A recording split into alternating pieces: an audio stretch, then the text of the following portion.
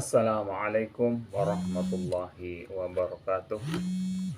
Alhamdulillah wa syukurillah wassalatu wassalamu ala rasulillah wa ala alihi wa ashabihi wa man tabi'ahu bisunnah amma ba'du. Yang terhormat Bapak Koordinator Wilayah Bidang Pendidikan Kecamatan Cilacap Utara, Bapak Pati, yang kami hormati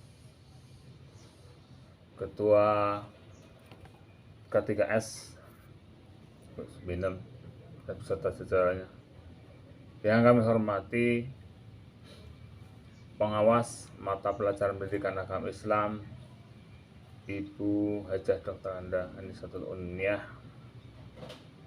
dan teman-teman GPAI yang kami hormati juga. Pertama dan utama, marilah kita panjatkan puja dan puji syukur kita kepada Allah Subhanahu wa taala dengan bersama-sama mengucapkan alhamdulillahirabbil alamin, bahwasanya pagi hari ini atau siang hari ini kita masih diberikan rahmatan, kenikmatan, keberkahan untuk selalu bertaat, selalu melaksanakan perintah Allah Subhanahu wa taala di tengah-tengah bulan yang penuh berkah ini. Salawat dan salam tak lupa pula kita sanjungkan kehadirat beliau Nabi Agung Muhammad Sallallahu Alaihi Wasallam beserta keluarga, sahabat, dan serta umat-umatnya yang bertakwa. Sahabat dan juga saudara-saudara sekalian yang saya hormati, baiklah, pada kesempatan kali ini saya akan mengajak teman-teman, yaitu ada sebuah tema, yaitu rahasia 6 perkara dalam 6 perkara lainnya. Ya, apa saja itu? Ya, di sini dari Umar, berasal dari sebuah kitab Al-Hikam kalau tidak salah, ya. Yaitu Umar itu berkata, Innallah ta'ala katama sittatan fi sittatin. Sesungguhnya Allah itu menyebutkan 6 hal dari 6 perkara yang lain. Apa saja? Mari kita bersama-sama lihat. Yang pertama adalah katamar ridha fi ta'atin. Katamar ridha fi ta'atin artinya Allah menyembunyikan keridhaannya dalam ketaatannya. Artinya ridhonya itu tidak memandang taatnya itu utama. Dalam artian agar kita itu selalu menjaga ketaatan kita. Siapa tahu taat yang paling kecil itulah di situ kita mendapat ridha Allah. Contoh dalam beberapa hikayat, Syekhuna Imam Al-Ghazali dalam sebuah hikayat dijelaskan, amal mana yang sehingga engkau bisa diridhoi sampai sekarang menjadi orang terkenal. Sampai sekarang kau bisa amal mana yang dapat kau diterima oleh Allah. Ada seorang alim yang bertemu Imam Ghazali dalam mimpinya, amal mana yang diterima, yang diridhoi oleh Allah, yang paling disukainya. Apakah menulis mengarang kitab Ihya Ulumuddin atau kitab-kitab yang lain yang banyak sekali? Ternyata beliau menjawab, bukan itu. Ternyata ada seekor lalat yang hinggap di penanya ketika beliau itu ingin menulis sebuah kitab, ya. Kita ambil pena, ya. Pena tul kalau di pesantren itu tul. Dan di situ saat dia akan menulis, ada seekor lalat datang dan dia meminum tinta yang sedang akan nulis. Beliau itu tidak berani bergerak. Karena apa? Takut lalatnya pergi. Nah, setelah pergi lalatnya, kemudian beliau melanjutkan. itu amal yang diridhoi oleh Allah.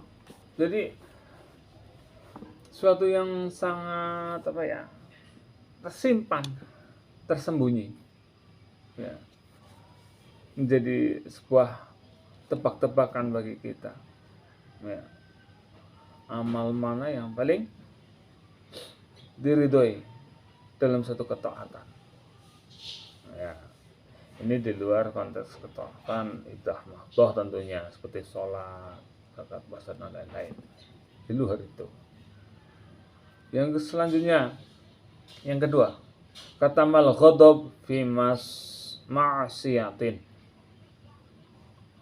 Allah menyimpan atau menyembunyikan ghadabnya, menyembunyikan murkanya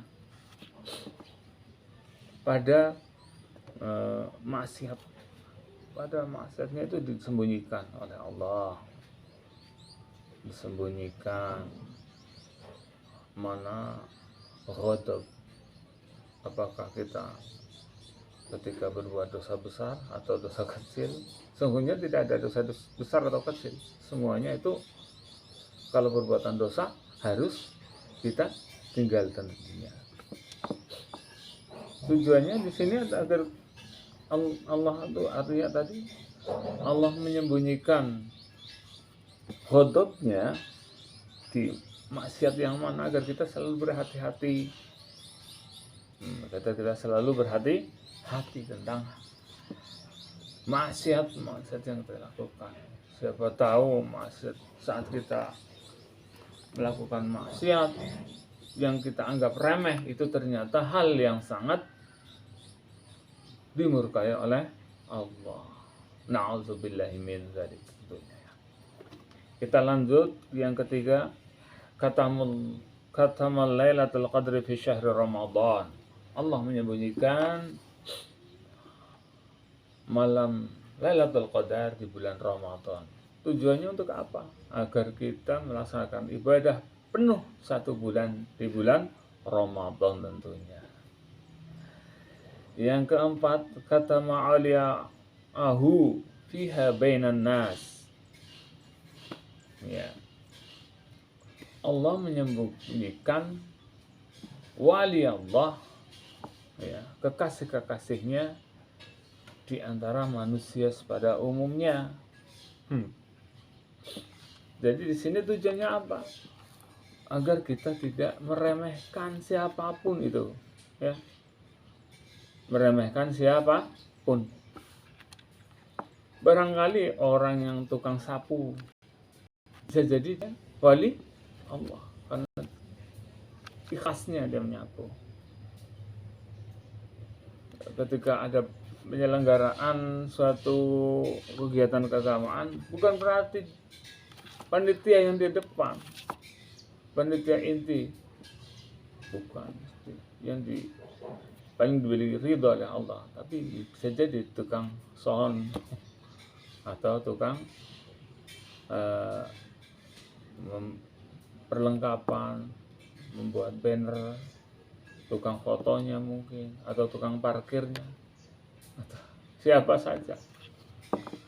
Di sini artinya kita tidak boleh sama sekali meremehkan bahwa manusia itu berdasarkan wah itu hanya bawahan biasa. Tidak boleh seperti itu. Apalagi itu sombong. Sedangkan wali Allah itu tidak akan pernah bisa sombong. Kalau wali Allah melakukan kesombongan, maka dicabutlah wali Allah. Gitu. Batal sifat walinya itu. Apakah gitu? Bisa jadi Anda semua di sini yang jadi wali Allah. Masya Allah. Yang kelima adalah katama mauta fil umri. Allah menyembunyikan kematian di dalam umur kita. Umur kita ya merupakan suatu rahasia. Bisa muda, bisa tua. Semuanya bisa meninggal. bayi bisa meninggal, pejabat bisa meninggal, rakyat jelata juga semuanya bisa meninggal. Dan itu umurnya tidak bisa kita tebak. Apakah kita bisa berprediksi bahwa kita itu bisa masih hidup sampai besok pagi? Allah a'lam. Allah yang tahu. Oke, kita selanjutnya yang keenam, katama sholatul wusta fi sholawat. Allah menyembunyikan salat yang paling utama ya di antara 5 waktu sholat. Ada yang bilang sholat yang paling utama itu kapan? Subuh, bulan subuh hari Jumat secara jamaah boleh. Asar itu sholawat itu tengah-tengahnya sehari semalam boleh, silahkan. Tapi Allah itu sendiri menyembunyikan waktu yang hak, yang paling utama di antara 5 waktu sholat tersebut. Jadi jangan sampai kita ketinggalan dengan sholat pada waktu sholat itu adalah waktu yang diutamakan oleh Allah Subhanahu wa Ta'ala. Sumber ini saya ambil dari kitab Turatun Nas bukan Turatun Nas, Nasaihul Ibad, Nasaihul Ibad karya Syekh Nawawi Al-Bantani. Demikian, kurang lebihnya mohon maaf. Semoga kita memohon kepada Allah, semoga kita dijadikan wali, dijadikan kekasih Allah, sehingga doa kita bisa diijabah, bisa dimakbulkan oleh Allah Subhanahu wa Ta'ala. Jadi kami sekalian, kurang lebihnya mohon maaf. Al-afu minkum, billahi taufiq wal hidayah.